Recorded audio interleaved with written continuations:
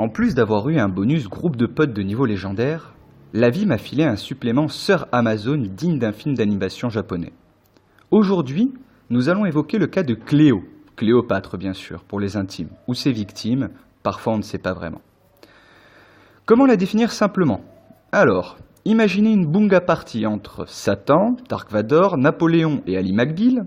Vous laissez macérer le résultat dans le cœur d'une petite fille perdue au centre de la Corse.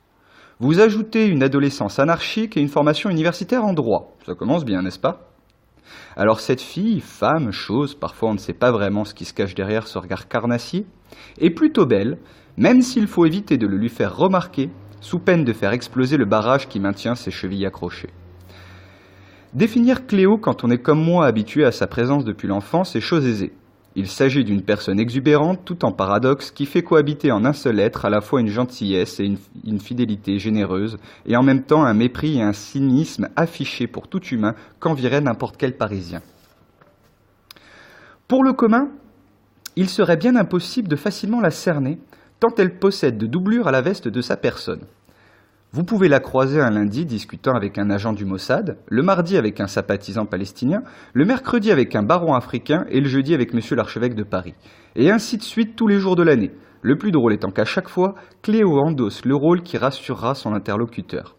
Cléopâtre, bien sûr, pour la taille de son ego, aucun rapport avec un quelconque changement de la face du monde. Elle poursuit son rêve de conquête. Brillante oratrice, étudiante prodige autant que prodigue, à n'en pas douter, elle est sur la voie de la réussite. Son opportunisme rendrait fier un BHL. Et pourtant, le paradoxe fait qu'elle possède une étrange qualité en elle, une absolue fidélité. Pas une fidélité en amour, hein. C'est quelque chose qu'elle ne connaît pas, mais plutôt une fidélité d'ami. Cléo s'inquiète pour ses proches, même si on a parfois l'impression d'être traité comme une cour de concubins versaillais. Une fois que vous faites partie de son cœur, elle serait prête à mourir pour vous. Elle sera là, envers et contre tous, sans jugement quel que soit le crime.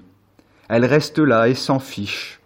Un soutien, une colonne incassable sur laquelle on peut toujours s'appuyer. Elle aidera autant que faire se peut et ne critiquera pas ou si peu, ou alors pas devant vous. Qu'importe le temps, les événements, la rudesse de la vie, Cléo sera là. Car même chez un petit démon frivole peut se cacher une perle de sincérité. Car même un macaque biscornu peut avoir en son cœur une perle d'or, humble et peu convenue.